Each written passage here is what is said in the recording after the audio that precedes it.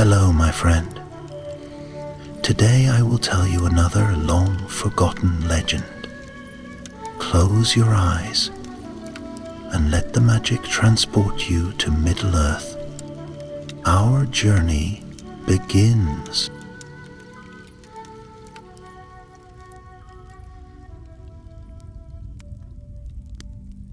In the fading years of the Fourth Age, when peace reigned in Gondor and the white tree bloomed in the courtyards of Minas Tirith, tales still stirred the hearts of wanderers, tales of what lay beyond the bounds of the West.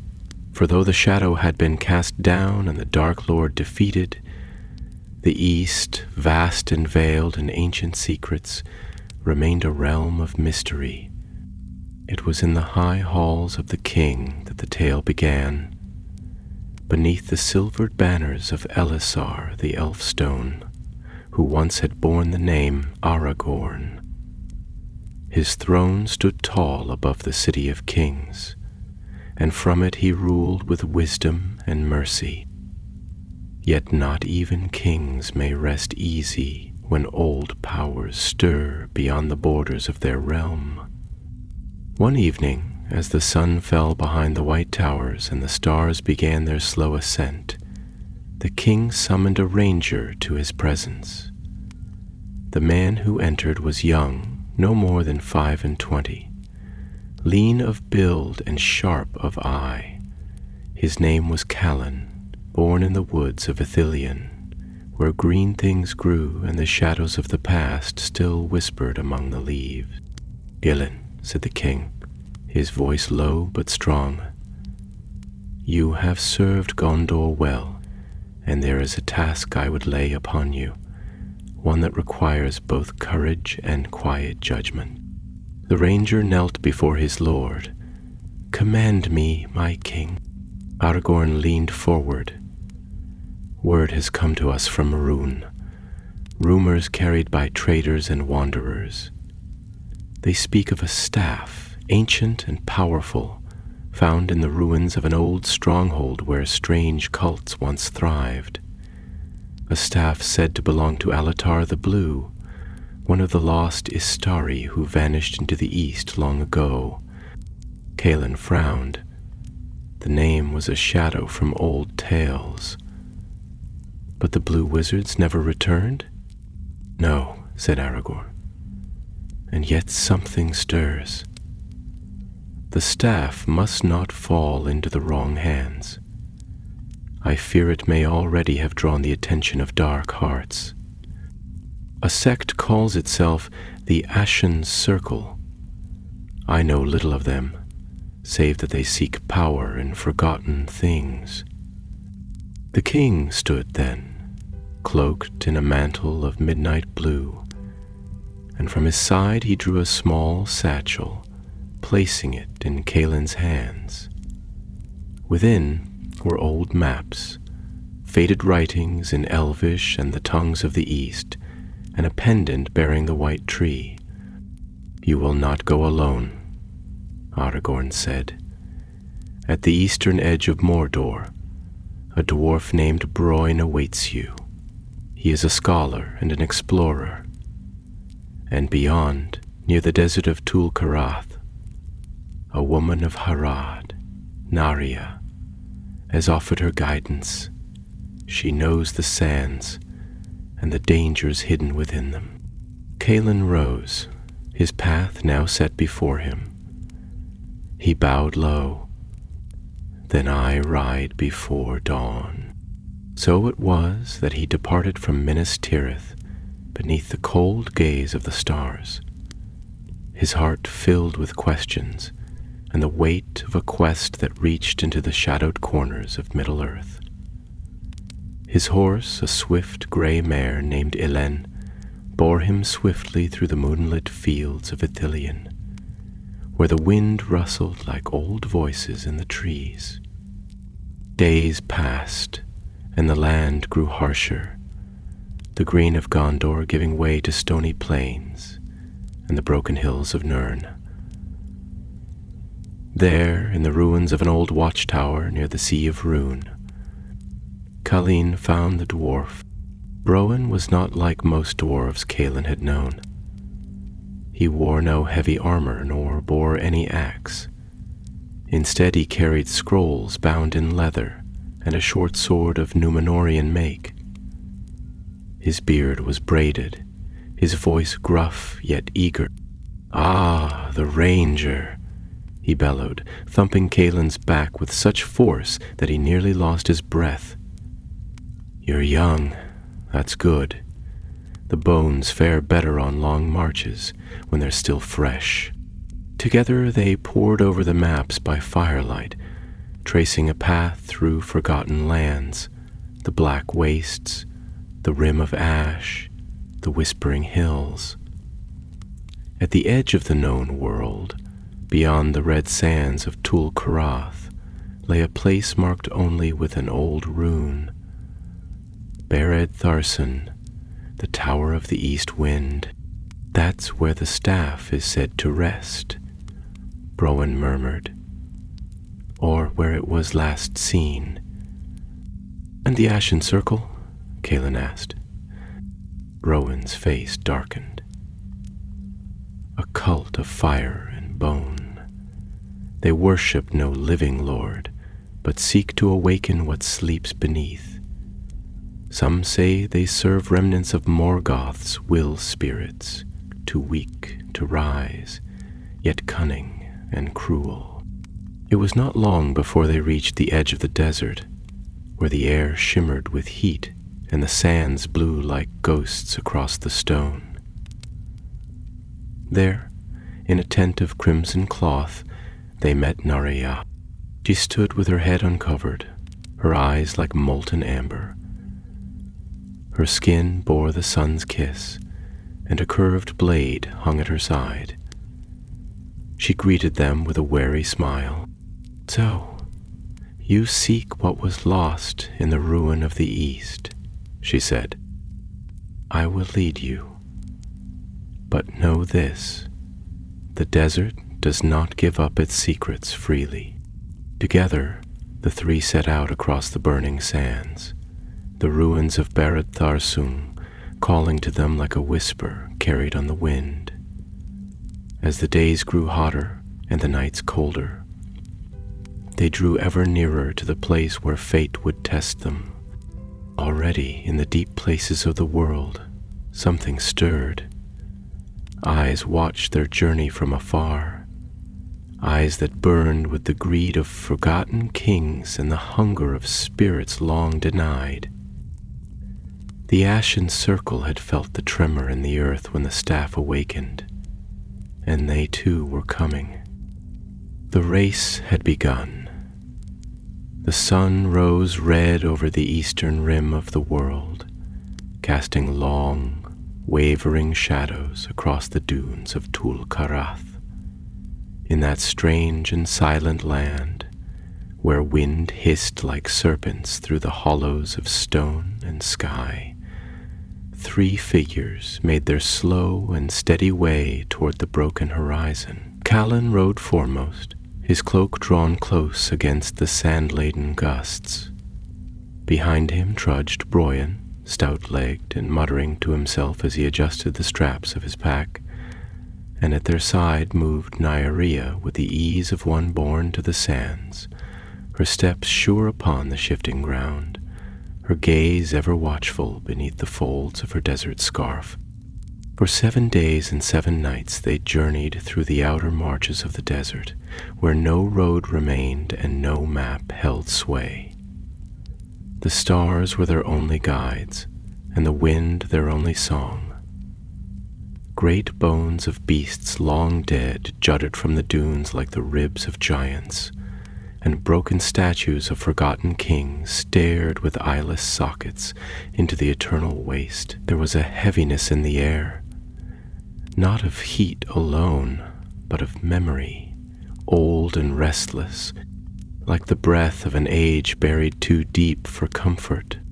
Each night they camped beneath the lee of some half-buried ruin or solitary rock, and Broyen would unroll his scrolls by the fire, poring over faded scripts and runes that danced like flame in the lamplight. Kalen kept watch, listening to the sigh of the wind and the eerie, distant cries that rose now and again from the dark. And Naria, ever quiet in those hours, would gaze eastward, her face unreadable, as though listening for voices no others could hear. It was upon the 9th day, as the dunes gave way to a scorched plain of blackened stone, that they came upon the first true sign of what they sought. Half sunken into the earth, veiled in ash and dust, lay the remnants of a causeway, great slabs of stone carved with symbols both elvish and foreign, their meaning broken by time and weather. A ruined arch rose to greet them, its keystone still bearing the mark of a staff bound by stars. Browen knelt before it, brushing away the years with reverent care. "This is no ordinary ruin," he said in a hushed tone. "This is part of the old road to Barad-Tharsun, a city of sorcery, they called it, before the East turned away from the light. A city buried in curse and silence," Naria said. "The tribes do not speak of it save in warning. We call it the Shrouded Place." Kalen said nothing. His eyes had caught the glint of something half buried in the gravel. A shard of blue glass, smoothed by sand, yet still faintly pulsing with a light of its own. He held it in his palm, and a chill passed through him, though the sun beat down upon their backs.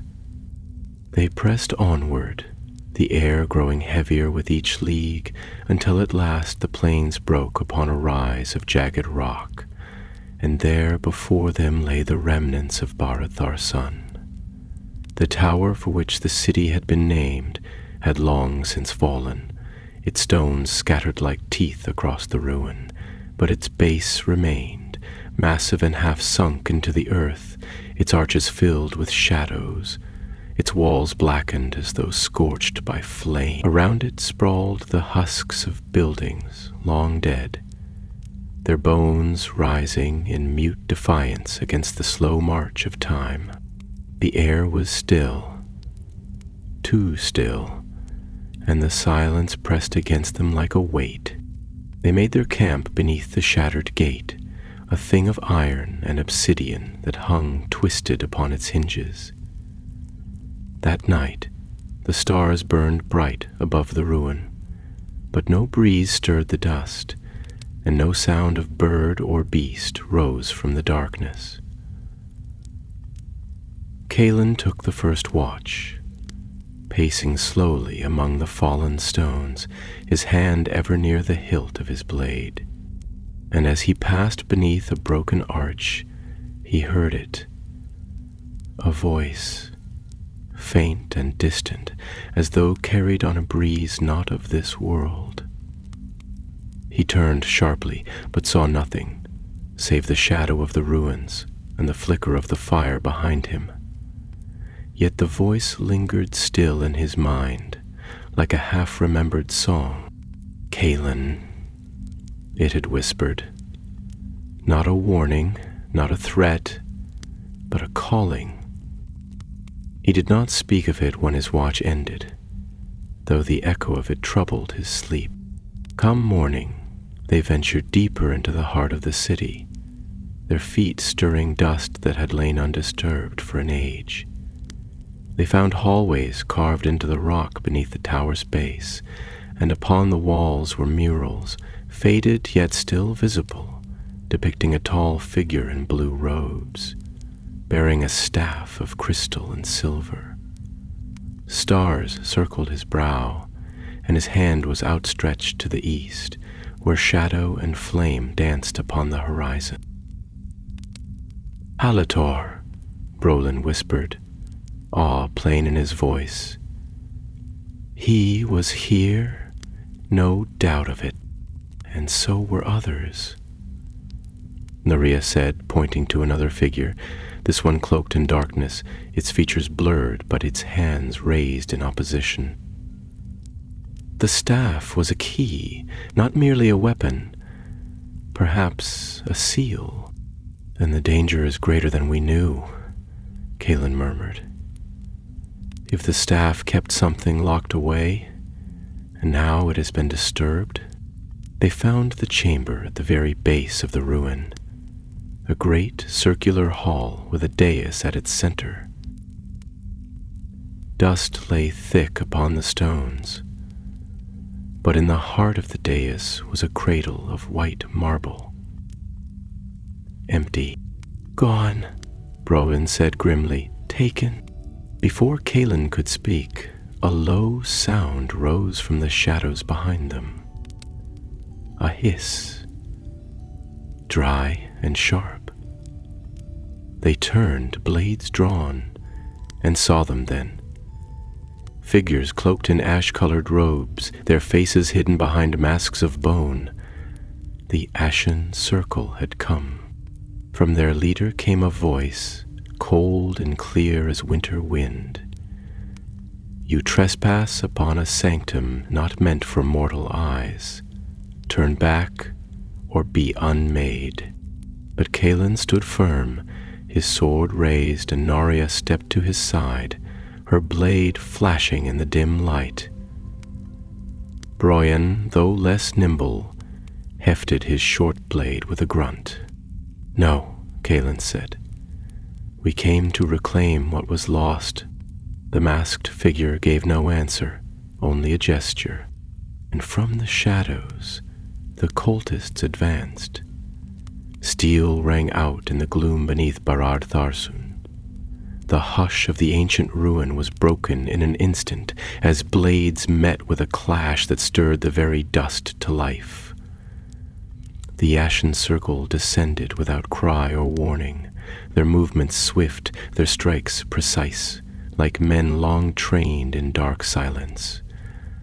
Their bone-white masks gleamed faintly in the half-light, and from beneath their cloaks came a scent not unlike scorched earth and cold ash.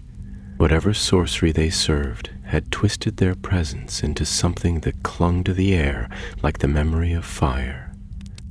Kaelin moved first, his sword flashing in a swift arc that parried the stroke of a curved dagger meant for Browen.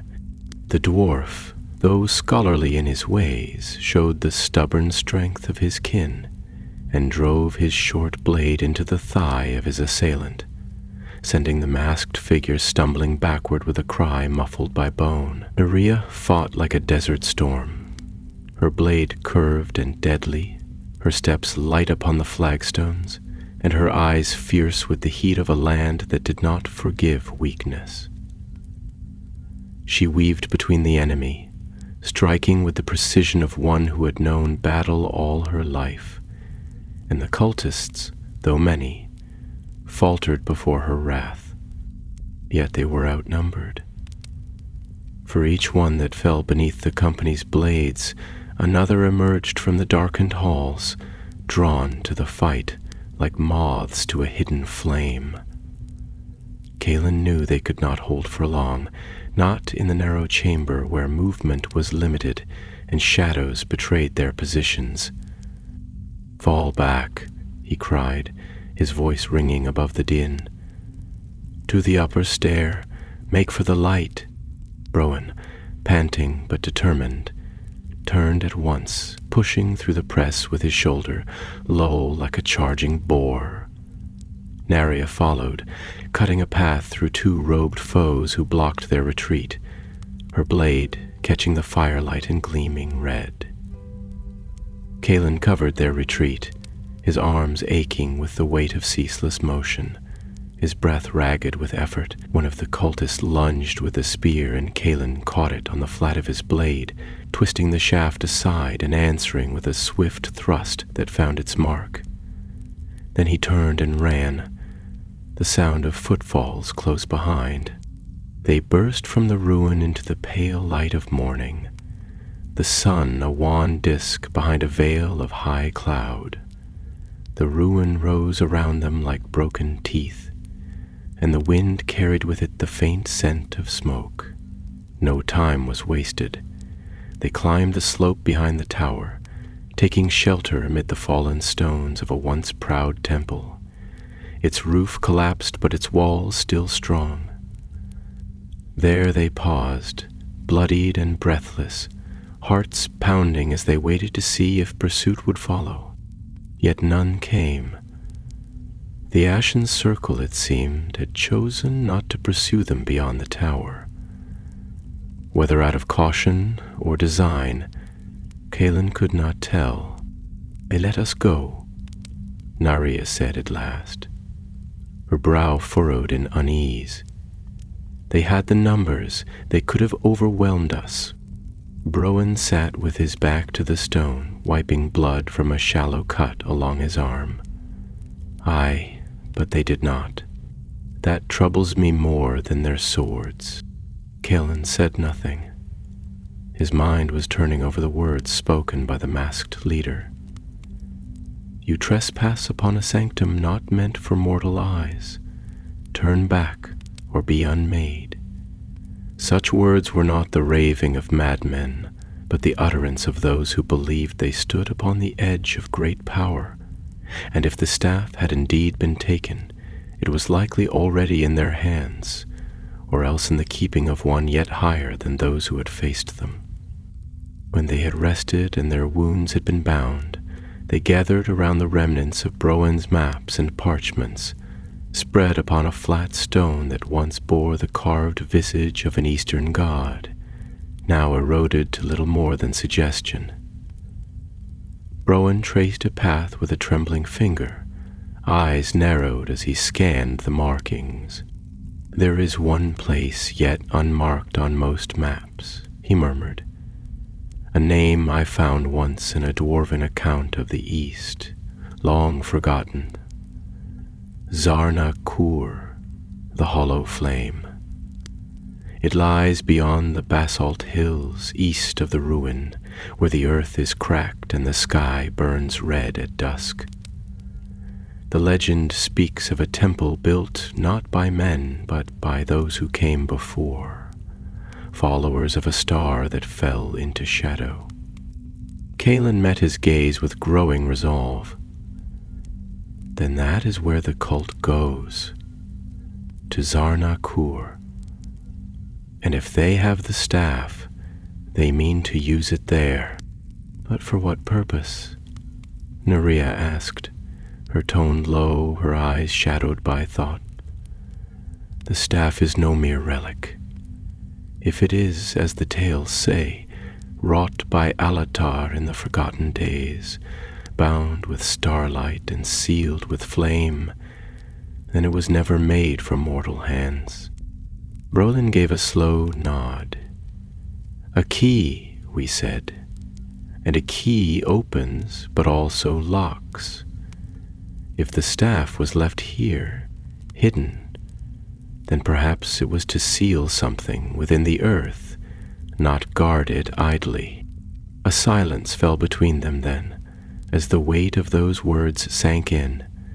They had come seeking an artifact, but now it seemed they hunted something far older and more dangerous, something that the Estradi themselves had sought to keep from the world.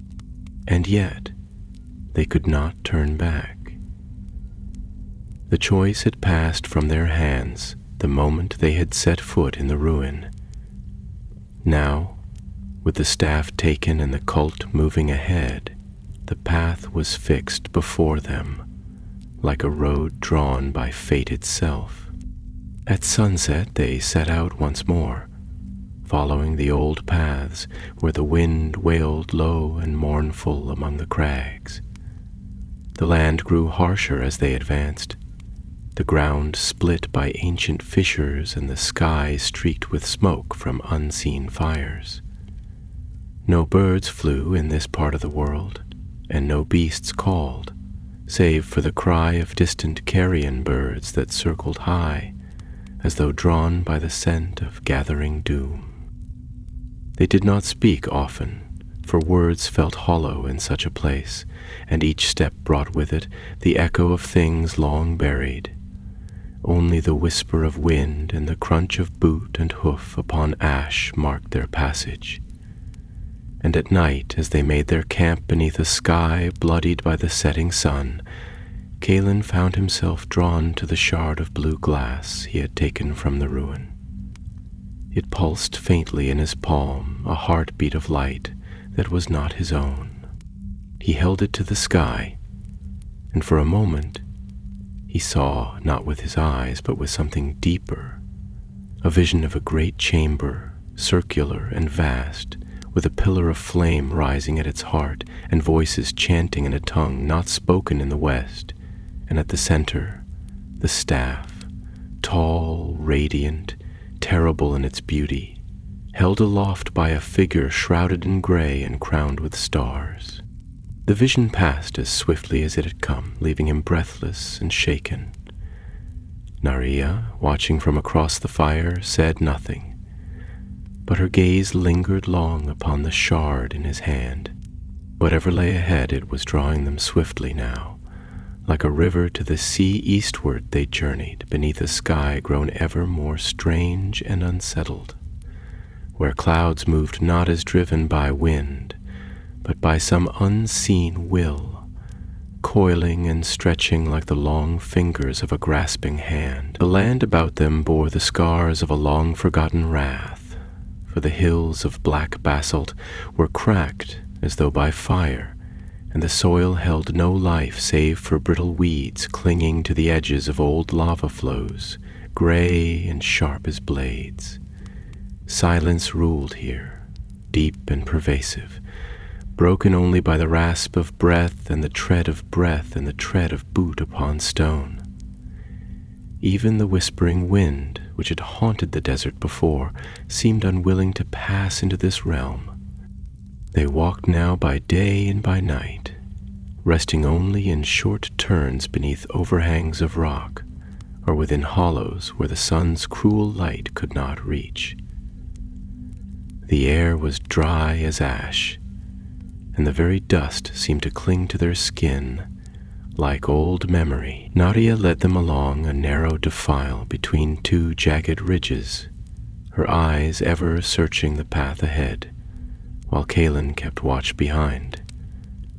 And Broyan, wearied but stalwart, pressed onward in the center, his pack growing lighter as provisions dwindled and maps gave way to guesswork. It was upon the 5th morning since they had fled the ruin that the land broke at last into a broad basin, ringed by cliffs of iron-red stone, and at its center rose a great dome of dark rock, smooth and seamless, like the back of some colossal beast long turned to stone. No wind stirred within the basin, and no light reflected from the dome's polished surface. The sky above was streaked with fire-red clouds, and a foul warmth radiated from the earth itself. Broyan halted and shaded his eyes.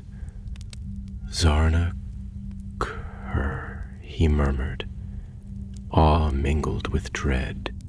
"The hollow flame. It stands as the old scrolls said, untouched by time."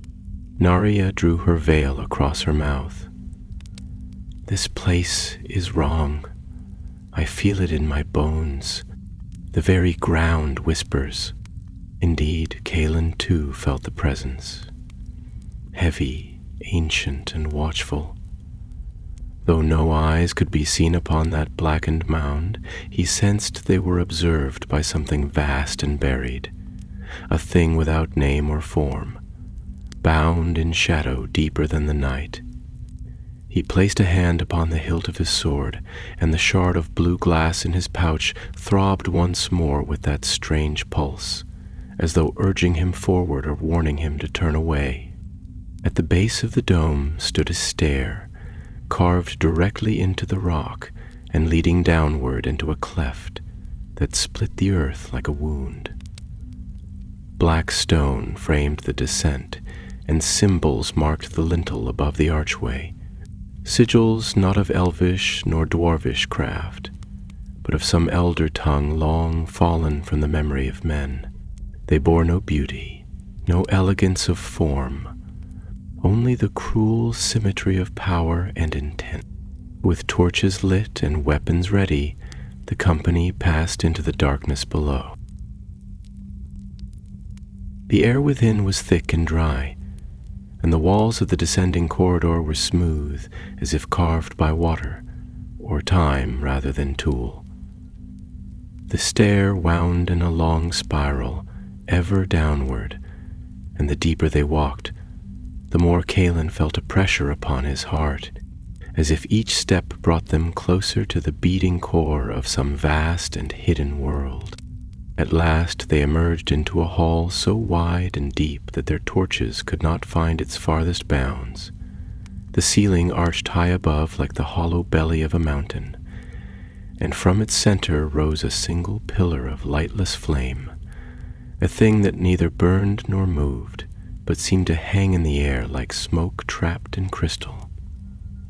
Around this pillar stood 12 stone thrones, empty and cold, each carved with the likeness of a hooded figure, faceless and immense.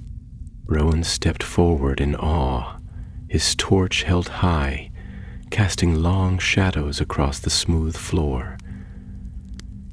"This is no temple," he said softly, his voice echoing. "It is a vault or a tomb." And then they saw it. At the base of the pillar, resting upon a dais of silver-veined stone, stood the staff. It was tall, taller than any man, and wrought of dark wood banded with rings of silver and starlit crystal. At its crown shone a single gem, blue as deep water, and within it flickered a light that lived and moved. Even from afar, the power within it could be felt, a cold fire, fierce and beautiful, like the call of forgotten stars. But they were not alone. From the shadows at the edge of the hall came a sound, not footfall, but something like the rustling of dry leaves or silk upon stone. Figures moved, silent and sure, and from behind the thrones stepped the same masked leader who had spoken in the ruin. His mask was now gilded with dark metal, and his robe was heavier, lined with runes that shimmered faintly. Behind him came a score of cultists, each bearing the mark of the Ashen Circle, and they formed a half-ring about the dais, as if in silent reverence. The leader's voice echoed through the chamber, smooth and cold. "You have come far, Outlanders, but you are too late. The staff has chosen its bearer, and the rite has already begun." Calin stepped forward, blade in hand, the torchlight gleaming off his armor. "You know not what power you toy with. That staff was forged by an Istari, not to rule but to guard. Return it, or face the doom you awaken." A low murmur rose among the cultists, and the leader raised a hand. "It was not forged to guard, it was forged to bind. And now the binding shall be undone." As he spoke, he reached toward the staff, and from the shadows behind the pillar rose another figure, taller than any man, robed in gray, with silver threads running like stars across the cloth. His face was hidden beneath a deep hood, but in his hand he held the staff, as one long acquainted with its weight. Caelin's breath caught in his throat. "Is that?" Rowan answered in a whisper. "It cannot be. He was lost. He never returned." Yet there he stood, tall, silent, and terrible in stillness. The cultists fell to their knees, and the pillar behind them pulsed with a low, thunderous rhythm, like the heartbeat of the mountain itself. The gem at the crown of the staff burned brighter, and the floor beneath their feet trembled, and from the deeps below, something stirred. It seemed in that moment that the very breath of the earth grew still, as though the deep places of the world held their silence in dread anticipation.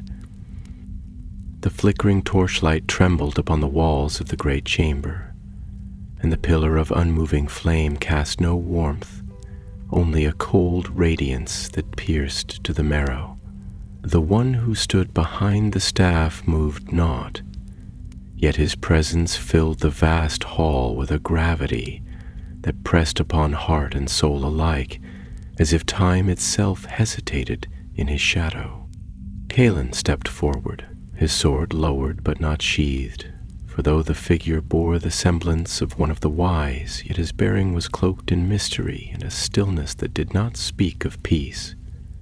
His hood, deep and shadowed, concealed his face entirely, and no word had passed from his lips. The cultists knelt in solemn reverence, their forms arrayed in a semicircle about the dais, as though they had awaited this hour through long years of hidden labor. Rowan, his brow furrowed and breath drawn shallow, approached slowly, holding out one trembling hand. "If you are Alatar," he said, his voice low and hoarse with awe, "then by what doom have you returned? Long have the East held your name in silence, and the West deemed you lost to shadow and fire." The figure stirred at last, and though he did not raise his head, a voice answered, low and sonorous, as though it echoed from a distance beyond the walls of stone and flesh. "Long have I wandered beyond the sight of the West. Long have I labored in lands where no elf has walked, nor Dunadan ruled. I came in the elder days, not with sword nor crowned, but with flame and star, to kindle the hearts of free folk in a land ruled by fear." His voice held power, and it seemed to Calin that he heard not only the words spoken aloud, but also memories within them, of desert storms and hidden valleys, of lonely watchfires upon eastern plains, and of eyes kindling in the dark at the coming of a stranger cloaked in blue. Yet as he listened, Calin felt also another voice beneath the first, an undertone, quiet but persistent, like the hum of a distant forge or the breath of some great beast sleeping far below. It did not ring with hope, but with power coiled and waiting, and in that whisper there was no light. Naraya stepped forward now, her blade held across her chest in a gesture of warning. "You speak as one of the wise, yet you stand among those who serve flame and ash. What counsel have you given them that they worship in silence and raise no song of joy?" The figure lifted his head a little, and though his face remained hidden beneath the hood, a pale light shone within the folds, cold and clear. "I came to bind what could not be destroyed, but time has worn away the seals and the world has changed. In the north, the shadow was broken. In the west, the elves have departed. Yet beneath the earth the older darkness stirs. My staff holds not only the power of flame, but the memory of chains. The ashen circle would awaken what lies beyond the veil. I have shown them how." A silence fell then, long and heavy, as the truth of his words hung like smoke in the air. "You have betrayed your purpose," Calin said at last, and his voice was neither loud nor wrathful, but steady, like water falling upon stone. "You were sent to guard, to guide, not to teach those who crawl in shadow how to unbind what was sealed in the fire of the world's youth." A strange sound rose then, soft and hollow, like laughter without mirth. The masked leader of the cult stepped forward once more, his hands raised in a gesture of exultation. "He has returned to us," the man cried. He saw the folly of the West, who feared power and fled. He stayed and he taught, not in the tongue of the elves, but in the true speech of the deep earth. With the staff we shall open the gate, and the fire that sleeps beneath shall rise again. Kaelin turned to Broan and Naria. Their faces were drawn but resolute. They too understood now. This was not a simple theft, nor the blasphemous rites of a fading cult. It was a reckoning long delayed, a wound that had never healed, now torn wide again by a hand that should have known better. Without a word, they stepped forward as one. The cultists rose, and the hall was filled with the sudden rustle of cloth and steel. From the darkness behind the thrones came the low chant of voices, rising and falling in rhythm, and the pillar at the center of the chamber began to pulse with a slow, steady beat, as though the heart of the mountain had begun to stir. Broan moved first, hurling a pouch of powdered blackroot toward the flame. It burst in a cloud of smoke, momentarily dimming the light and breaking the rhythm of the chant. Naria was beside him in an instant, darting between two cultists with a flurry of steel, her blades singing as they struck. Kaelin moved toward the dais. The figure with the staff turned and, for the first time, raised a hand in warning. Lightning flared, not bright like the sunlit sky, but pale and crackling, laced with threads of crimson, and struck the stone beside Kaelin's feet, shattering it into shards. Still, he advanced, though his limbs were heavy and his thoughts crowded with doubt. Was this truly Alatar? Had he returned out of duty, or been drawn back by something deeper, darker, older? The gem upon the staff flared bright, and the hooded figure lifted it high. At once, the chamber seemed to tilt, as though the laws of stone and weight had shifted. From deep below came a sound like the groan of the earth itself, and a fissure split the floor at the center of the dais, from which a red glow began to seep. The gate had begun to open. Kaelin reached within his cloak and drew forth the shard of blue glass he had carried since the ruin. It pulsed now with a fierce light, answering the call of the staff, but opposing it also. He raised it high. The hooded figure hesitated. "You carry the fragment of the binding star," he said, his voice no longer echoing but edged with strain. "You do not know what you hold. Then tell me," Kaelin said, "and choose now whether you are servant of the light or master of the dark." The figure was still, and the flame behind him trembled. Then, with a cry that was neither wholly human nor wholly of this world, he thrust the staff into the ground, and the chamber split with thunder. The earth groaned as a living thing wounded, and from the sundered dais a rift spread outward like lightning across a storm-racked sky. The floor heaved beneath their feet, and a terrible light poured forth, red as molten iron, surging upward in a pillar that seemed to burn without flame. The walls of the great chamber trembled, and stone dust rained from the high vault above, while the 12 silent thrones cracked and crumbled beneath the rising force of the power that had been long held at bay. Kaelin staggered backward, the shard of glass in his hand glowing brighter than ever before, its radiance pale and resolute, like the light of a star glimpsed through smoke. Heat blasted outward from the rift, and in its wake came the low, unearthly roar of something vast stirring in the dark, something that had slept through ages unnumbered, and now, through the folly or will of those who had come to unbind, had begun to wait.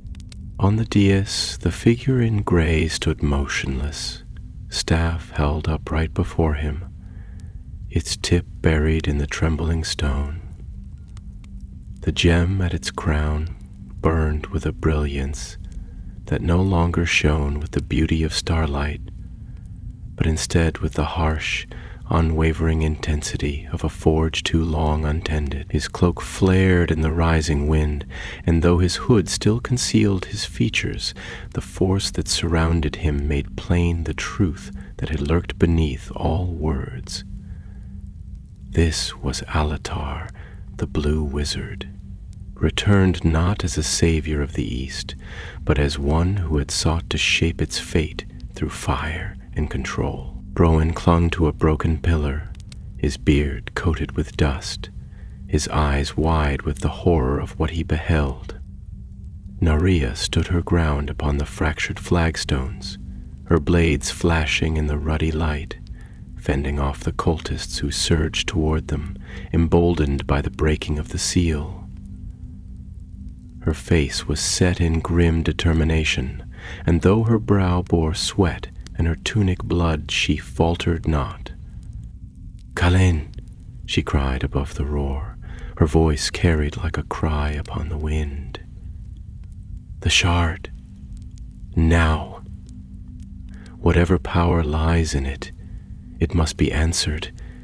He cannot be left to complete the rite." Kalen's heart thundered within him, for the light of the shard had grown so bright it seared his vision, and the heat of the chamber stole the breath from his lungs. Yet somewhere beneath the din of fire and stone, he heard still the echo of the king's charge, spoken in the quiet of the throne room long days ago, that the staff must not fall into hands that would wield it for dominion, nor let its secrets be turned to ruin. Steeling himself, he stepped forward, forcing his way through the swirl of heat and ash. The cultists turned to face him, but Browen, rising with a shout, hurled a broken haft into their midst, and Naria pressed her attack, cutting down those who would have barred the path. Kalen reached the base of the dais, his vision blurring from the heat, and raised the shard of the binding star high above his head. The moment it caught the full light of the staff, a blast of wind surged outward, knocking back the cultists like leaves in a gale. The staff shuddered in Alatar's grip, and the gem atop it flickered, its light dimming for the first time. Alatar turned then, and though his face remained in shadow, Kalen saw his hand falter. "That shard was lost in the fall of the eastern spire," the wizard said, his voice no longer cold, but burdened with an ancient sorrow. "It was made in Aman, shaped by the hand of Varda herself. It was never meant for mortal hands." "It was meant to guard," Kalen replied, his voice steady though his strength waned. "It was meant to stand against the shadow you now serve." "Not serve," Alatar whispered, and for a moment his voice was not that of a tyrant, but of a man lost to time. "I remained when the others fled." Palando turned away, journeyed further east. "I alone saw what was rising. I sought to master it, to seal it again with greater strength, to bind it beneath my will." "But your will is not enough," Kalen said, stepping onto the dais as the stone cracked beneath him. "No one's is." Then he thrust the shard forward, and its light struck the staff with a sound like the tolling of a vast bell. The chamber shook, and the red flame wavered, then shrieked as if in pain. The staff buckled, the gem at its crown splitting with a sound like breaking ice, and a beam of pure blue light poured from the shard into the heart of the rift. The cultists screamed and fell to the ground, some fleeing toward the darkness, others clutching their heads as the chant collapsed into chaos. The wind rose to a gale, and the great pillar of fire writhed like a serpent pierced by light. Then, with a final convulsion, the fissure at the dais heart sealed with a thunderous crack, and silence fell as sudden as a sword's fall. Felder staggered, his staff now blackened and broken in his hand, the gem shattered and lifeless. He fell to one knee, and the hood slipped from his head, revealing a face marked not by age, but by long suffering. A visage pale and sorrowful, with eyes that had once beheld the light of Valinor, and now gazed only upon ruin. Rowan climbed onto the dais and stood beside Calin, silent for a long moment as he looked upon the wizard. "What now?" he asked softly. Alatar lifted his eyes, and they met Calin's. "It is done," he said, and the weight of ages fell from his voice. "The seal is restored, but I cannot undo what I have wrought. I broke my charge. I thought I could wield the fire without being consumed by it." Calin reached down and placed the shard into the wizard's open hand. The light had faded from it now, and it was no more than a clear piece of crystal, smooth and cold. Alatar closed his fingers around it. "You must return," Calin said. "You must answer before the king." "I will," the wizard replied, rising slowly. "But my road will not pass through Minas Tirith. My reckoning lies elsewhere, beyond the hills, in the lands I once swore to guide." And with that, he turned and passed into the shadows at the edge of the chamber, vanishing without sound or sign. In the stillness that followed, Naraya came to Calin's side, her eyes searching his face. "It is over," she said. "No," Calin replied, looking down at the cracked stone in the place where the staff had stood. "But it is halted. For now, the world turns, and the fire sleeps once more." And together they left the ruins of Zarna-Kur, with the wind rising at their backs, and the first light of morning spilling over the hills of ash. The dawn that followed their flight from the hollow flame broke pale and gray across the jagged horizon, casting long shadows over the broken land. The eastern sky, once shrouded in the hues of fire and ash, now bore the light of day with a fragile clearness, as if the veil of some ancient doom had been lifted at last. The ground beneath their feet still carried the warmth of the forces loosed within the deeps, and the stones trembled faintly, as though the mountain yet murmured in its uneasy sleep. Calin, weary in body though clear of mind, led the way down the steep paths that coiled away from Zarna-Kur. His steps were slow, but his purpose held firm, and behind him followed Naraya and Broin, their silence deeper than before. The battle had ended, the rift sealed, and the staff broken, but none among them felt triumph. The shadow had not been vanquished. It had merely been withheld, thrust once more into the secret vaults of the world, where its breath would stir in dreams and darkness, awaiting the folly of another age.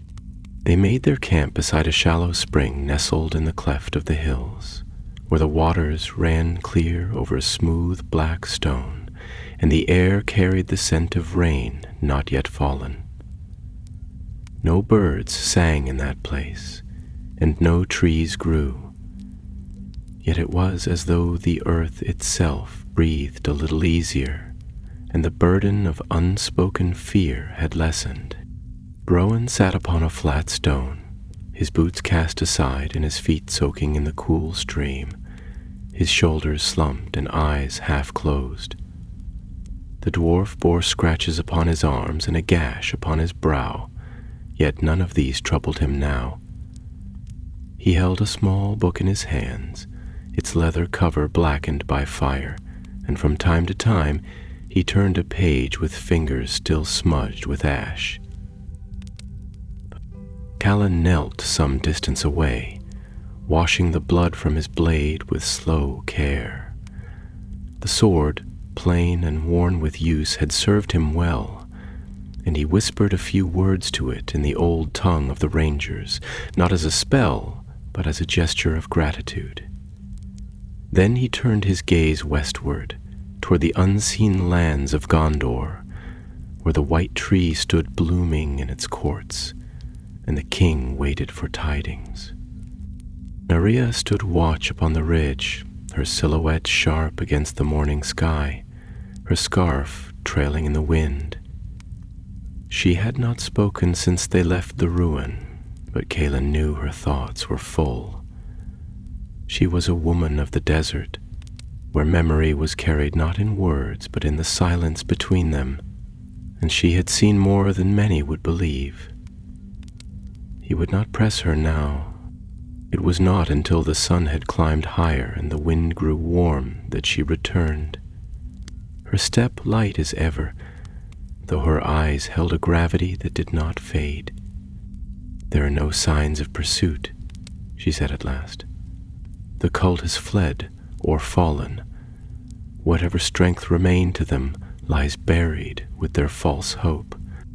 "False hope," Rowan muttered, not looking up. "Aye, that's what it always is. Power grasped with pride, wisdom twisted by fear, and in the end, ruin for all." Narya sat beside him, and for a long while they said nothing.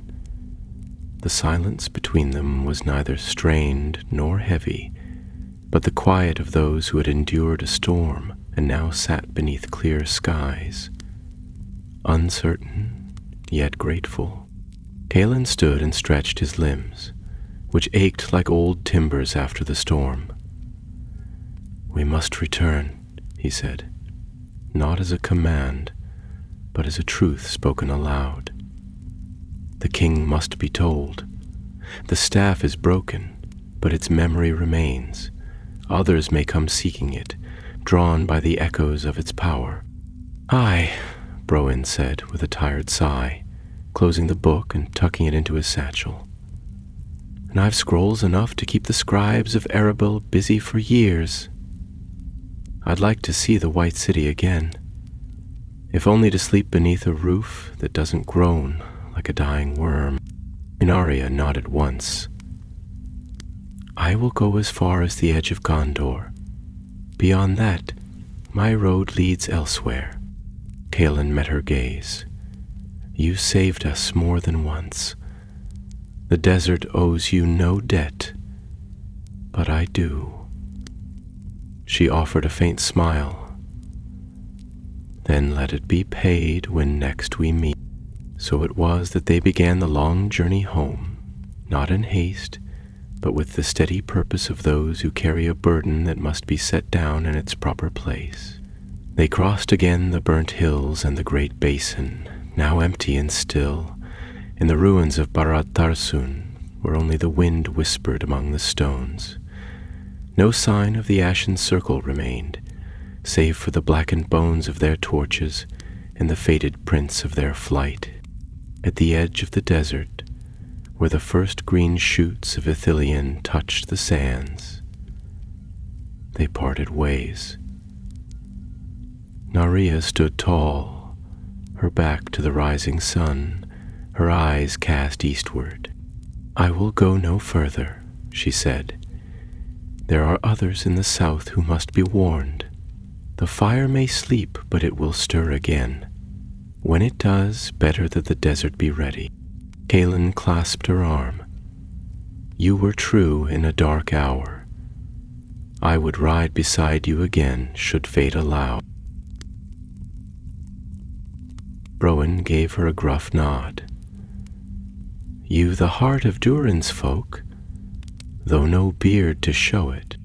She smiled, turned, and walked away without another word, vanishing into the shimmer of heat and sand.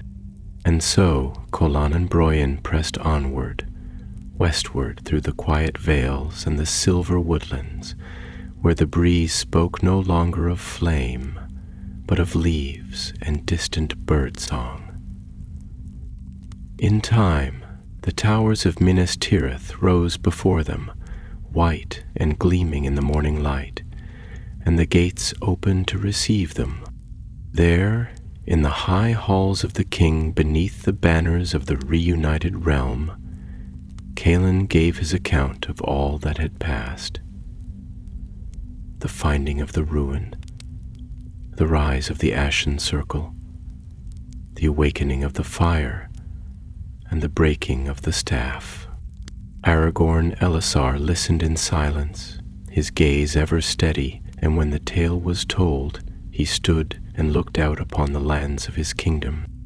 "The east is wide and deep," he said at last, "and many things were sown there in the elder days, some in hope and some in pride.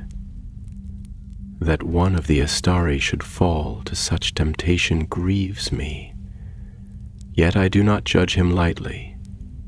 His road was long, and the burden heavy." He turned to Calen and placed a hand upon his shoulder. "You have served Gondor well, and more than Gondor. The fire sleeps, and the world draws breath again. Rest now. There may come a day when the road calls again, but not today." And Calen bowed, weary yet at peace, for though his path had led him through darkness, he had not faltered, and the tale he bore would be one to guide others when the fire rose once more. Autumn had come softly upon Gondor, casting her golden veil across the hills and fields, and in the high courts of Minas Tirith the white trees shimmered beneath the fading sun like silver fire. The days passed in quiet procession, and though the city bore the sound of footsteps and voices in its many circles, a hush of peace rested upon its stones. For a while, the tale of the East became a matter of record, spoken in the Hall of Archives, and murmured among the rangers of Ithilien. But it did not pass into song, nor was it proclaimed in the taverns and markets. The people of Gondor, wise in the lessons of history, did not hunger for tales of power narrowly thwarted, nor of fire sealed beneath the world. They hungered instead for harvests safely gathered, and children grown strong in sunlight. Calen dwelt for a season in the house of the stewards, high upon the 6th level, in a chamber open to the wind and the sky. There he rested and was tended by the healers of the city, for though he bore no grievous wound, the weight of his journey had marked him inwardly, and the memory of flame haunted his dreams. At night he would walk the white walls and look eastward, where the peaks of Eiffel Dwath rose dark and distant, and beyond them lay the lands where the fire had once stirred. He spoke little in those days, but the silence did not trouble him, for in silence he found a measure of understanding. Browen remained for a time as well, taking up residence in the lower halls of the citadel, where scrolls were kept and tomes preserved from the long years of Gondor's decline.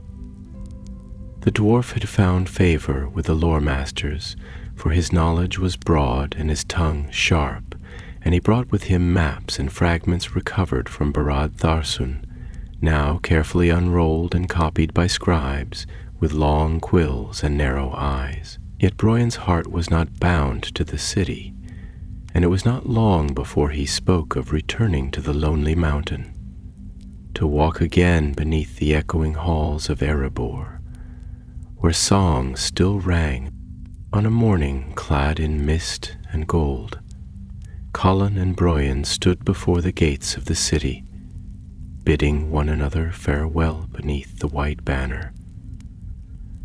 The dwarf, burdened with a satchel heavy with ink and parchment, grunted as he fastened the clasp of his cloak. "You'd best write your tale, lad," he said, eyeing the ranger with one bushy brow lifted. "I'm no bard, and if the tale's left to me, folk will think we spent most of our time dodging heat and dust." Calin smiled faintly. "Perhaps it is better that some tales are not sung loudly." Broen shrugged. "Perhaps. But even the quiet ones should be remembered." He gave a nod, and with a final word of farewell, turned his feet northward and began the long road that would take him through the Vale of Anduin and over the shoulders of the misty mountains. Calin watched him go until the dwarf's figure vanished among the trees, and the sound of his humming faded into the wind. The ranger did not linger long in Minas Tirith thereafter, though the king offered him lands and title and a place among his household. Calin thanked him with deep reverence, but his heart remained tied to the wilds of Ithilien, where the woods grew deep and green, and the waters of the Anduin murmured through the willows. There he returned, and there he took up his watch once more, though now it was not the blackness of Mordor he guarded against, but the slow whisper of ancient things, forgotten, and the footsteps of those who walked with heavy purpose.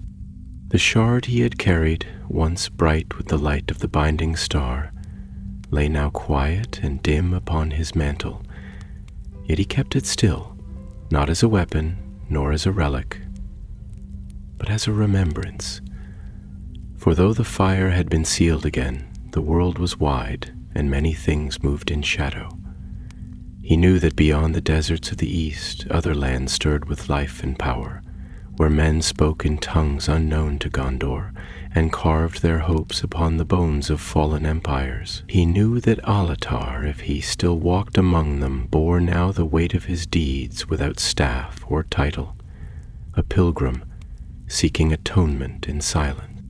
Of Naria he heard only once more, in a message brought by a merchant of Harondor, who spoke of a woman with fire-dark eyes and blades like crescent moons, who had passed through the southern camps, bearing tidings of old things best left buried. She had left behind no name, only a warning that the flame had been bound but not forgotten. Seasons turned and the stars wheeled on. The world did not stand still. New roads were made and old ones mended. Children grew tall beneath the boughs of Ithilien's groves, and the rangers no longer rode with their swords always drawn.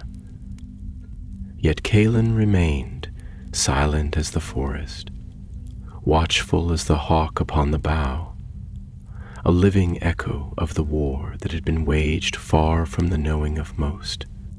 And upon the eve of the third winter since the fall of the Ashen Circle, a rider came from the east, cloaked and hooded, bearing no device upon his raiment, and carrying a staff of ashwood, plain and unadorned.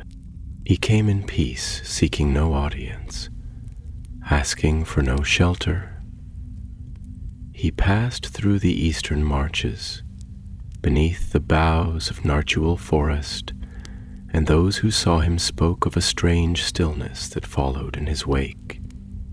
The rangers let him pass unchallenged, and none dared question his errand. Calin saw him only once, from afar, as he stood among the trees and watched the figure cross a stream beneath the shadow of a willow. Their eyes met, and though no word passed between them, A weight lifted from Caelin's breast, as though a page-long shut had at last been turned. The stranger passed into the west and was not seen again. And so it was that the tale of the lost staff of Alatar passed into the keeping of those few who bore its memory. Not in song nor in story told by fireside, but in the quiet hearts of those who understood that not all victories are glorious, and not all evils wear the face of shadow. For Middle-earth is old, and the fire that sleeps beneath the world shall not slumber forever. Rib returned in the fullness of time, soft-footed and golden-limbed, and with it came a stirring in the woodlands of Ithilien, where green shoots pressed once more through leaf-mold, and long silent glades awoke to bird-song and the whisper of wind through budding trees. The scars left by war, though faint, still marked the land in places. The crumbled stone of ancient towers, the blackened stumps where fire had passed, the hush that lingered in the deeper hollows where no creature built its nest. But the forest grew undaunted, as it had in elder days before even Gondor was shaped. Here, beneath the boughs of beeches and elms that reached toward the morning sun, Caelin made his dwelling. A house of wood and stone half hid among the roots of a great oak, whose branches had seen the fall of kings and the coming of spring for near 1,000 years. It was no lord's hall nor place of high renown, but a home for a ranger, wide of hearth and simple in design, with a garden that crept toward the banks of a silver stream and a roof that welcomed the stars. In this place he lived, as he had always lived, though his days were quieter now, and his burdens less visible.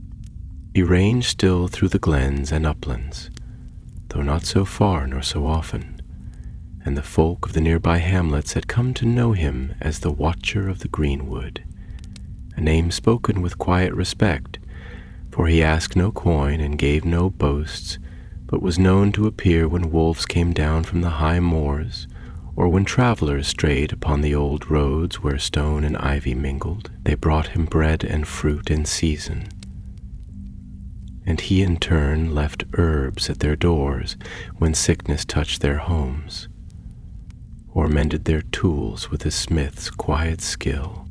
Yet though the land was at peace, and the dark things that once crept from the east no longer troubled the borders, Caelin's heart was never wholly at rest.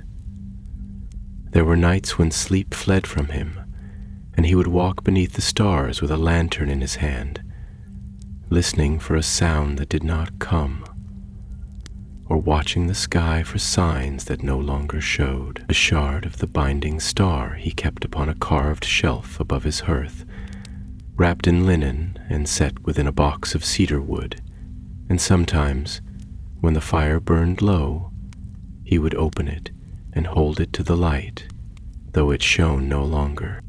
It was on such a night, deep in the growing season of the year, that the quiet of the wood was broken. A horn sounded in the north, faint and high, its tone like silver on the wind, and Caelin, waking in an instant, rose and made ready. He took up his cloak and bow, his sword and dagger, and went forth beneath the trees without hesitation. The stars were bright above, and the moon rode high, casting its light in shafts upon the forest floor. No sound of battle came, nor cry of beast or man, only the horn, now nearer, now further, as though echoing through the veils of time. At length he came to a clearing near the river, where the waters ran broad and shallow, and there he saw a figure seated upon a stone beside the bank. She was cloaked in shadow, her form wrapped in dark cloth sewn with threads of bronze, and her head was bowed.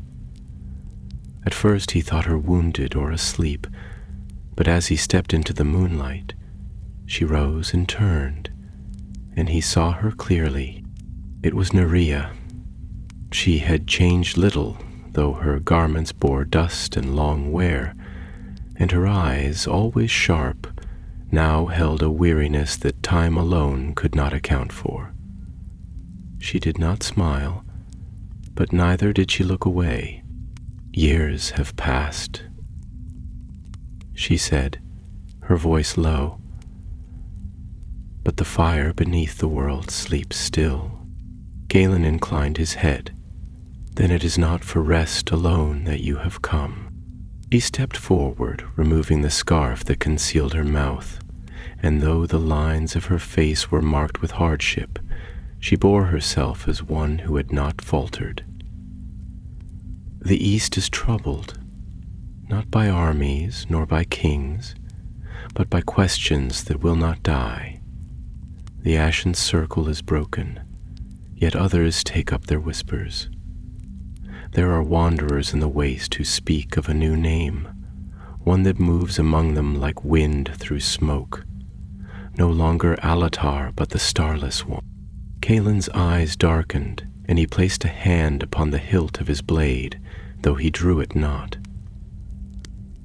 "A name born of fire and ruin, a name that spreads," she answered, "not with banners or torches, but with visions. The old hunger still stirs. Men who seek mastery, who call upon powers beyond their ken. They speak of the staff's return, though it was broken. They say the fire shall rise again, not beneath the earth, but among the hearts of men." Kalen looked toward the south, where the hills fell away into shadow, and a wind stirred the leaves. "Then the tale is not ended." "No," Nerea said. "It was never a tale, only a warning." They stood in silence for a time, listening to the river's song, and when the wind shifted, Kalen thought he heard the cry of an owl from far away, a sound that once heralded watchfulness in the dark. He turned back to her and spoke softly. "If the fire stirs again, it will not find us idle." She nodded. "There are others, scattered still, but watchful. Not all who served the circle were lost. Some fled and some turned back before the end. They carry knowledge and regret, perhaps even hope. Together they walked back beneath the trees, not to his house, but to a grove where the stars looked down through branches of silvered green, and there they spoke until the dawn came. Of the east and the west, of what had passed and what might still lie ahead, and when the first light touched the sky, she took her leave once more, vanishing with the mist, her cloak trailing like a shadow upon the grass. Kalen remained, watching the path she had taken until the sun broke the horizon and the birds began their song. He did not move for a long time, but at last he turned and walked home. That night he lit a new fire upon his hearth, and beside it he set the box of cedar, unopened, yet no longer left in darkness. The fire burned low in the hearth, casting a long, wavering light upon the carved beams and stonework of Kalen's hall. Outside, the wind moved through the forest with the voice of old leaves and hidden streams, and the stars wheeled in slow majesty above the sleeping hills. Within the house there was quiet, but not the quiet of peace. Rather, it was the stillness that comes before a journey, the breath drawn before the step, when the road ahead has not yet revealed its shape. For 3 days after Nerea's coming and passing, Kalen kept the glades and hills about his home, walking the woods with eyes keen and thoughts troubled. The words she had spoken, though few, bore the weight of a gathering storm. The name she had uttered, the Starless One, lingered like smoke upon his thoughts, and he found no comfort in the memory of the fire sealed, nor in the knowledge that the staff lay broken and its light quenched. For though the tools of power may be shattered, the will to seek them remains. And he had learned in bitter places that evil is not always loud nor sudden. It is patient, and it waits. On the morning of the 4th day, as the dew still clung to the grass and the light of dawn lay pale upon the land, Callan stood once more before the cedar box. He placed it upon a broad table of oak, worn smooth by years and marked with runes of the Dunedain, and he opened it with care. The shard of the binding star lay within, wrapped in linen of elvish weaving, faded now with time but still strong in its threads. When he touched the crystal, it gave no light, no warmth, but a stillness came over him, as though he had stepped from the noise of the world into a deeper silence. He held it aloft, and though no fire answered his call, he knew that it remained what it had always been, a fragment of a greater light, bound not to might nor magic, but to remembrance. He wrapped it once more and placed it in a pouch of leather, binding it to his belt. Then he donned his cloak of green and gray, took up his sword, his bow and quiver, and stepped into the morning. He did not return that day, nor the next. His path led him eastward once more, not in haste nor with company, but alone and with the quiet strength of one who walks not to conquer, but to understand. He passed through the borderlands of Ithilien, where the trees whispered tales of old battles and the scent of spring lay thick upon the air. He crossed the Anduin at Harland, where fishermen cast their nets in silence and looked upon the stranger with curious eyes.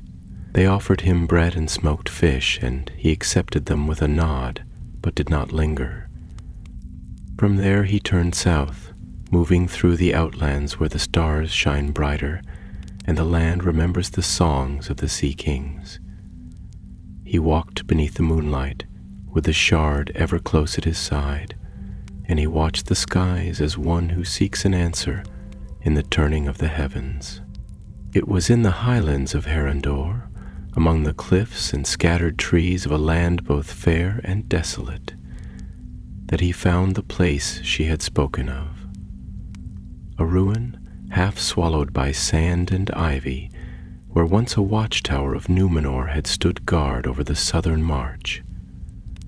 Time had claimed its banners and broken its stones, but the shape of it remained, a crown of rock upon the land, and the signs of recent passage were plain to his eyes. There were footprints, deep and many, leading into the broken halls. Fires had been lit there not long before, and ashes remained beneath an overhang of stone. Symbols had been carved into the old walls, circles within circles, lines drawn with bone dust and ash, crude and quick, but not without meaning. He knew them.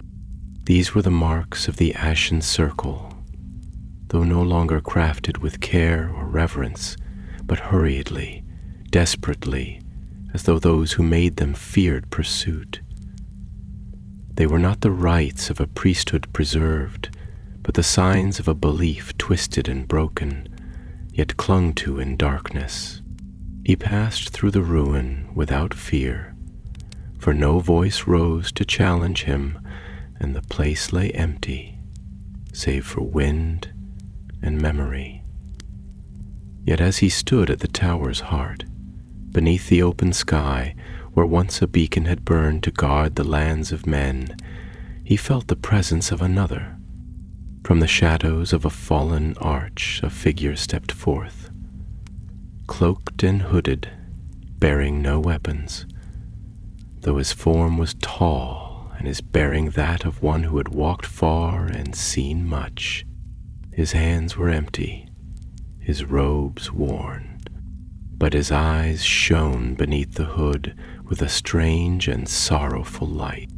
"You have come," the man said, and his voice was low and sure, "as I knew you would." Calin did not draw his sword, though his hand rested near the hilt.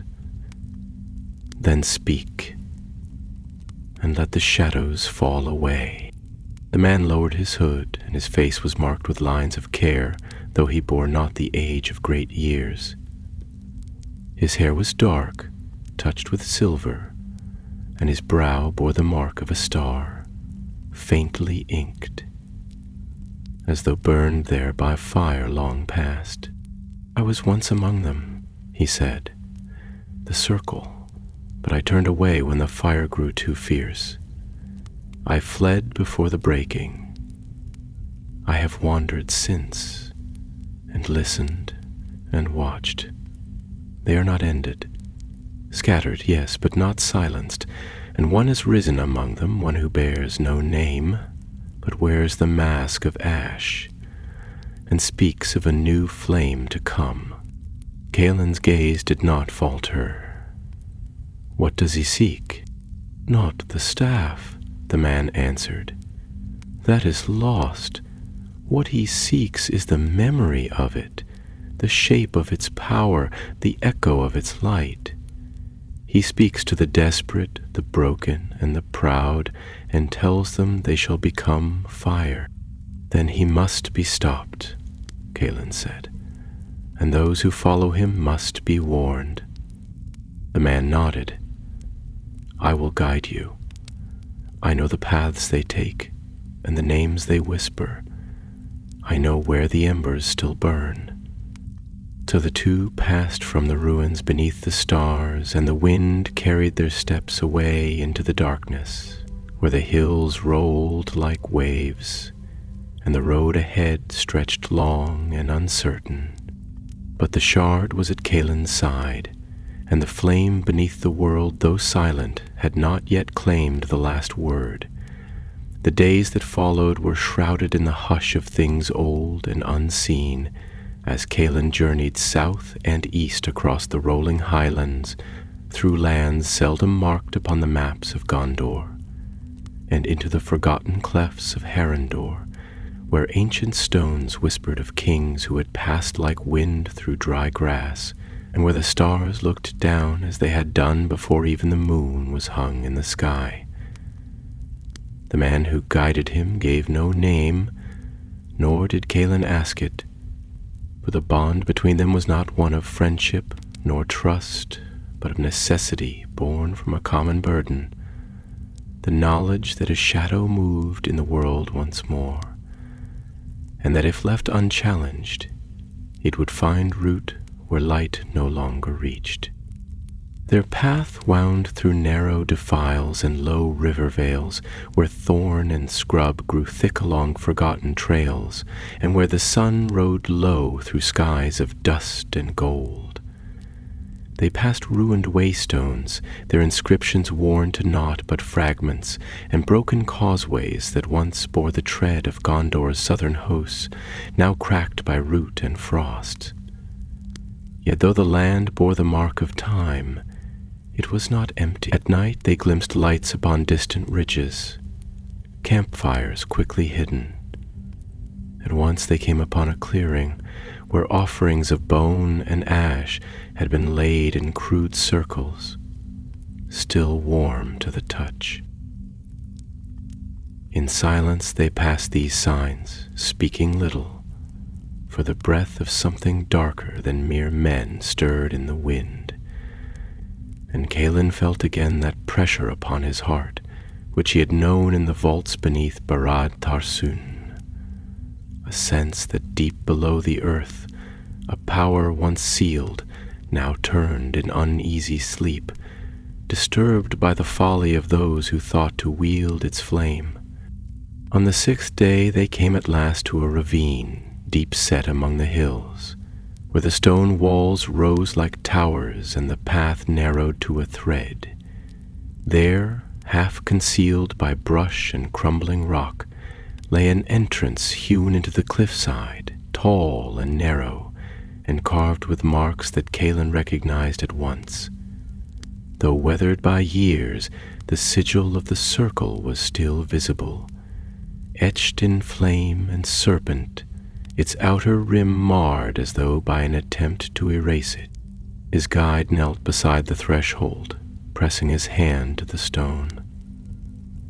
"This was once a place of gathering," he said, his voice hushed. "A shrine of sorts, in the time before the staff was found. Now it serves another purpose." Calin did not ask what he meant, for already he could feel the air beyond the door, close and cold, with the weight of stone long sealed. They entered, descending into darkness lit only by a single torch that Calin bore, its flame flickering with a strange reluctance, as though uneasy to dwell in that place. The passage twisted and narrowed, and the air grew thick with damp and the scent of dust, unmoved. Upon the walls were carvings in a language Calin did not know. Symbols like coiled roots or smoke caught in stone, speaking of things too vast and ancient for the tongue of men. At length the path opened into a chamber round and hollow, set beneath the rock like a seed in the earth. At its center stood a pool of still water, dark as obsidian, and above it hung a single stone lantern, long unlit. Around the edges of the room were alcoves, and within them bones lay stacked and bound in linen, offerings or guardians Calin could not tell. But it was the pool that drew his gaze, for in its surface he saw no reflection of the torchlight, only the deep and endless dark. "It is here that he calls," said the man, standing at the edge of the pool. "Not with words, but with thought. Dreams sent forth to those who would listen, promises whispered in sleep. They say he walks beyond the veil, where flame becomes form and shadow becomes flesh." Calin stepped forward. "Who is he?" The man turned to him, and his face was troubled. "A voice, a memory, perhaps a shade of what Alatar might have become had he not turned back. Perhaps something older that took root in the ruins of the Blue Wizard's fall." Then he reached into his cloak and drew forth a small object wrapped in cloth. He held it out, and Calin took it. When he unwrapped it, he found a second shard, nearly twin to his own, but fainter, the light within barely a glimmer. "I found it among the ruins of a forgotten shrine in Khand," the man said. "It called to me, though I did not understand. I brought it here. When I did, the dreams began." Calin stared at the shard, and for a moment it pulsed in his palm, faint and cold. Then the light flickered and went out. "There were many such fragments," he said quietly. The binding star was not a single light, but a constellation, a unity of pieces. If others remain, then he seeks to gather them, the man finished, to reforge the whole, not as it was, but as a new flame, bound not by the will of the Valar, but by his own. Calin knelt beside the pool, staring into the depths. If he succeeds, it will be as if the staff were never broken.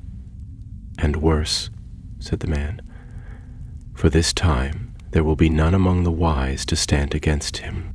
Long did they remain in that place, speaking of what had passed and what might come, and when at last they emerged from the darkened hall and stepped once more into the light of the setting sun, Calin knew what must be done.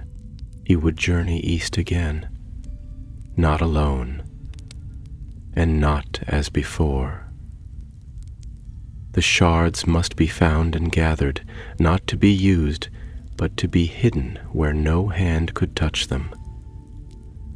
And those who followed the Starless One must be shown that the fire they sought would bring no dawn, only ruin. The war had ended, and yet it had not. The battle had passed, and yet it had only begun. And so, with the wind rising behind him, and the last light falling upon his shoulders, Calin turned his face once more toward the road, far across the lands where the rivers of Gondor waned into slow waters, and where the stones of long-lost watchtowers lay scattered like bones upon the hills. The wind bore tidings no herald had spoken aloud. It moved through the forests of Ithilien, stirring the leaves in their golden turning, and passed over the shoulders of the Ephel Duath, which still brooded in silence beneath the stars. It sang in no tongue known to men, yet to those who listened, it carried the voice of warning and remembrance. For the world, though healed in part, was not untroubled, and the long peace that had settled upon the west was but the shallow breath between deeper tides. In Minas Tirith the king walked once more upon the high terraces of the citadel, looking east with eyes both watchful and sorrowful. Upon his brow lay no crown that day, and his raiment was simple, though still of fine make. At his side stood Faramir, Prince of Ithilien, and together they spoke softly beneath the banners that stirred in the morning breeze.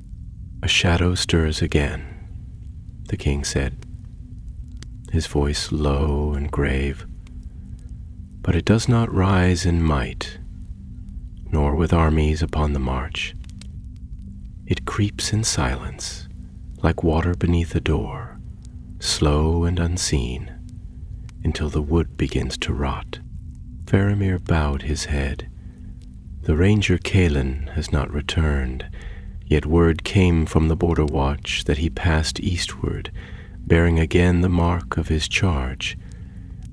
"Het was ever true," Aragorn replied, and in his gaze was the weight of many years, and the memory of burdens that could not be set down. "If he seeks the fragments of the binding star, then he walks a road darker than any we have trod. For what was broken may yet be gathered, and what was sealed may still be undone. Meanwhile, beyond the boundaries of Gondor and Harandor, in lands seldom spoken of in the tongues of the West, Calin walked under unfamiliar stars. He was no longer alone, for others had joined him, scattered souls who had once followed the fire in ignorance and who now, in the bitter wake of revelation, sought to make amends. They were no great company, nor did they ride in splendor or command the name of any kingdom, but they carried with them pieces of a truth that had once been scattered like embers upon the wind. There was Maedhaer, a man of the East, tall and grim-eyed, who had once called the circle his brotherhood and borne the flame upon his skin. There was Silwyn, a healer from the southern fens, whose dreams had been haunted by visions of a tower crowned in fire. There was Garin, a youth, scarcely grown to manhood, who had found a shard hidden in a temple's ruin and fled westward in fear of what it whispered. Each bore a burden, and each had chosen to stand against the coming dark. They made their way through lands where the air tasted of salt and ash, and where the ruins of cities older than Numenor rose like phantoms above the desert. In such places the stones remembered.